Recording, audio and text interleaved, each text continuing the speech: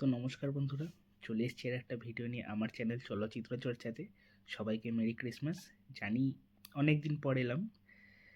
তো এখন আমরা রয়্যাল বেঙ্গল রহস্য ফেলুদার যে নতুন ওয়েব সিরিজ সেটা নিয়ে কথা বলবো, আলোচনা করব, অনেকটা কম্প্যারিজনও করব আসল সিনেমার সাথে, এবং ওভারঅল আপনাদের জানাবো এই টোটাল ওয়েব সিরিজটা আমার কেমন লাগলো। 7টা এপিসোড রিলিজ করা হয়েছে।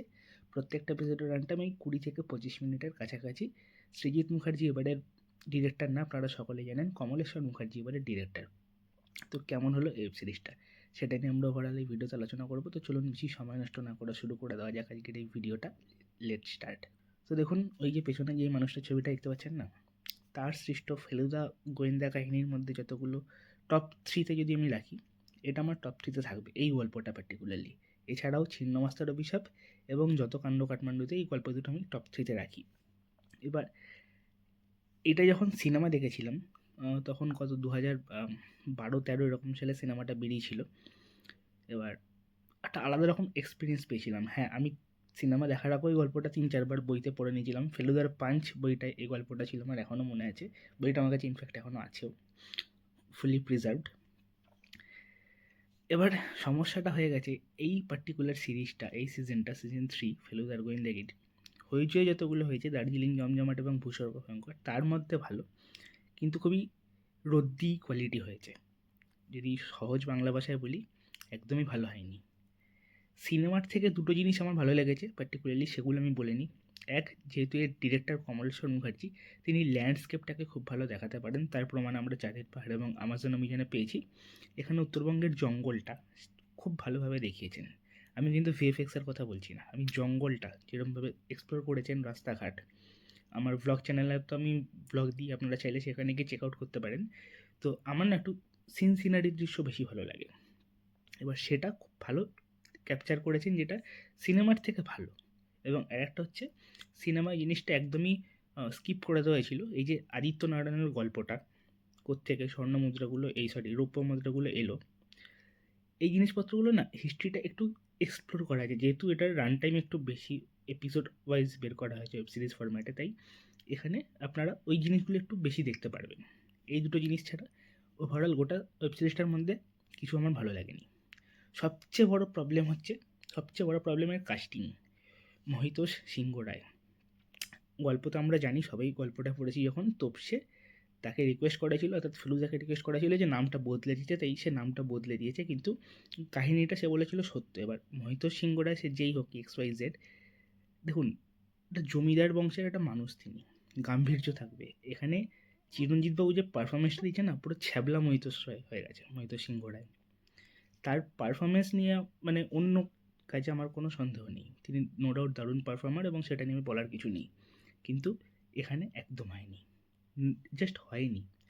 মানে ফেলুদার সাথে তার কথোপকথনে ফেলুদা যে তার পারফরমেন্সটা দিচ্ছে সেটা ঠিক আছে, মানে টোটাল যে পারফরমেন্সটা দিয়েছে, কিন্তু চিরঞ্জিতবাবু অ্যাজ মহিতোষ সিংহ রায় বিঘ্ন, একদম মানায়নি।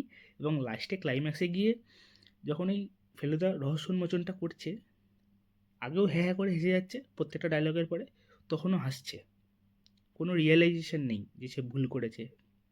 খুবই মানে জঘন্য।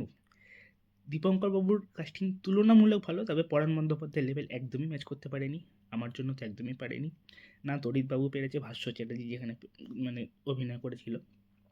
বাসুদেব মুখার্জি মোহিত সিংহরা যে ক্যারেক্টারটা প্লে করেছে, তার চোখের মধ্যে আপনি বুঝতে পারবেন সেই ক্যারেক্টারটা তিনি, মানে দেখুন, তিনি মানুষটাই কিন্তু ওই রকম টাইপের, একটু গম্ভীর টাইপের, যার ফলে ক্যারেক্টারটা তার জন্য পারফেক্ট ছিল।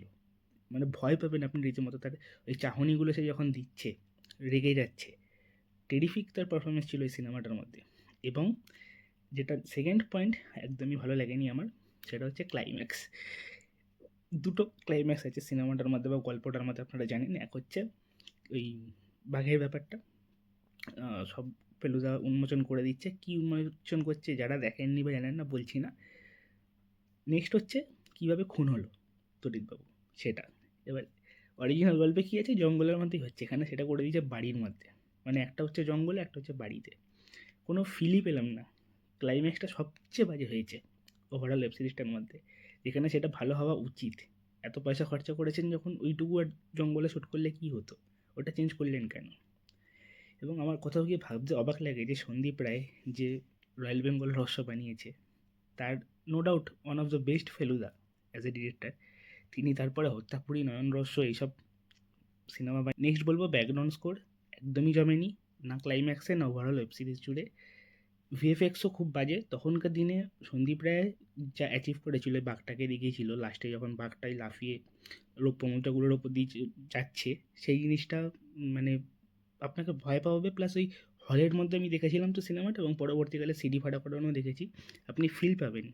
দারুণ সাউন্ডস্কেপ তৈরি করেছিল, কিন্তু এখানে সেটাও হয়নি।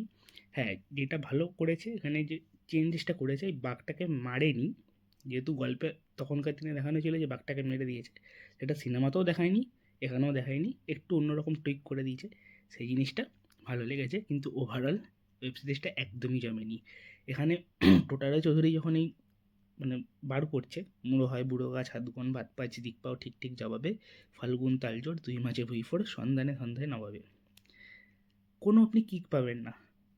আমি এটা তুলনা করছি না সব্যসাচী চক্রবর্তীর সাথে, কিন্তু তিনি যেভাবে এই গল্পের মাঝে মাঝে সূত্রগুলো আমাদের দিচ্ছিলেন, ভাত পাঁচ অন্ন পঞ্চ দুটো উল্টে নিয়ে সন্ধি, এখানে জাস্ট ফ্ল্যাট বেরিয়ে যায় জিনিসগুলো। অনির্বাণ চক্রবর্তীও তার বেস্ট পারফরমেন্সটা এখানে দিয়েছে বলে আমার মনে হয় না। অন্যান্য জায়গায় তিনি অ্যাজ এ জটায়ু পারফরমেন্স দেন, এখানে ততটা ম্যাচ করতে পারেননি। এটাই আমার ওভারঅল টেক, আর বেশি ডিটেলস আমি যাচ্ছি না। গল্পটা আমার একাধিকবার পড়া, সিনেমাটা আমার একাধিকবার দেখা, কিন্তু এইটা আমাকে ডিসঅ্যাপয়েন্টই করেছে। তবে হ্যাঁ, আগের দুটো সিজনের চেয়ে ভালো, আমি এইটুকু বলতে চাই। অর্থাৎ সৃজিত মুখার্জি যেগুলো ডিরেক্ট করেছে হইচইতে, তার মধ্যে থেকে আমার ভালো। যত খণ্ড কাঠমান্ডুতে আমার ভালো লেগেছিল সৃজিত মুখার্জির, ছিন্নমস্ত রবি সবাই ভালো লেগেছিল সৃজিত মুখার্জির, এবং এই পার্টিকুলার গল্পটা একবার দেখতে পারেন আপনি, আমার মতামত অনুযায়ী। এর বেশি আমি কিছু বলছি না। যদি রেটিংয়ে চলে আসি, ওয়েব সিরিজটাকে আমি 5/10 স্টার্স দেবো, এবং ম্যাক্সিমামটাই তার জন্য দিলাম কমলেশ্বর বাবুর এই যে ল্যান্ডস্কেপটা দেখানো, প্লাস সত্যজিতের গল্পটা তিনি ইনট্যাক্ট রেখেছেন। খুব একটা বেশি কিছু প্লট অ্যাড করতে গিয়ে গল্পটার একদম মানে সর্বনাশ করে দেননি, এই জন্য তো ঠিক আছে, ওয়ান টাইম ওয়াচ। এই বলে আমার রিভিউ শেষ করছি।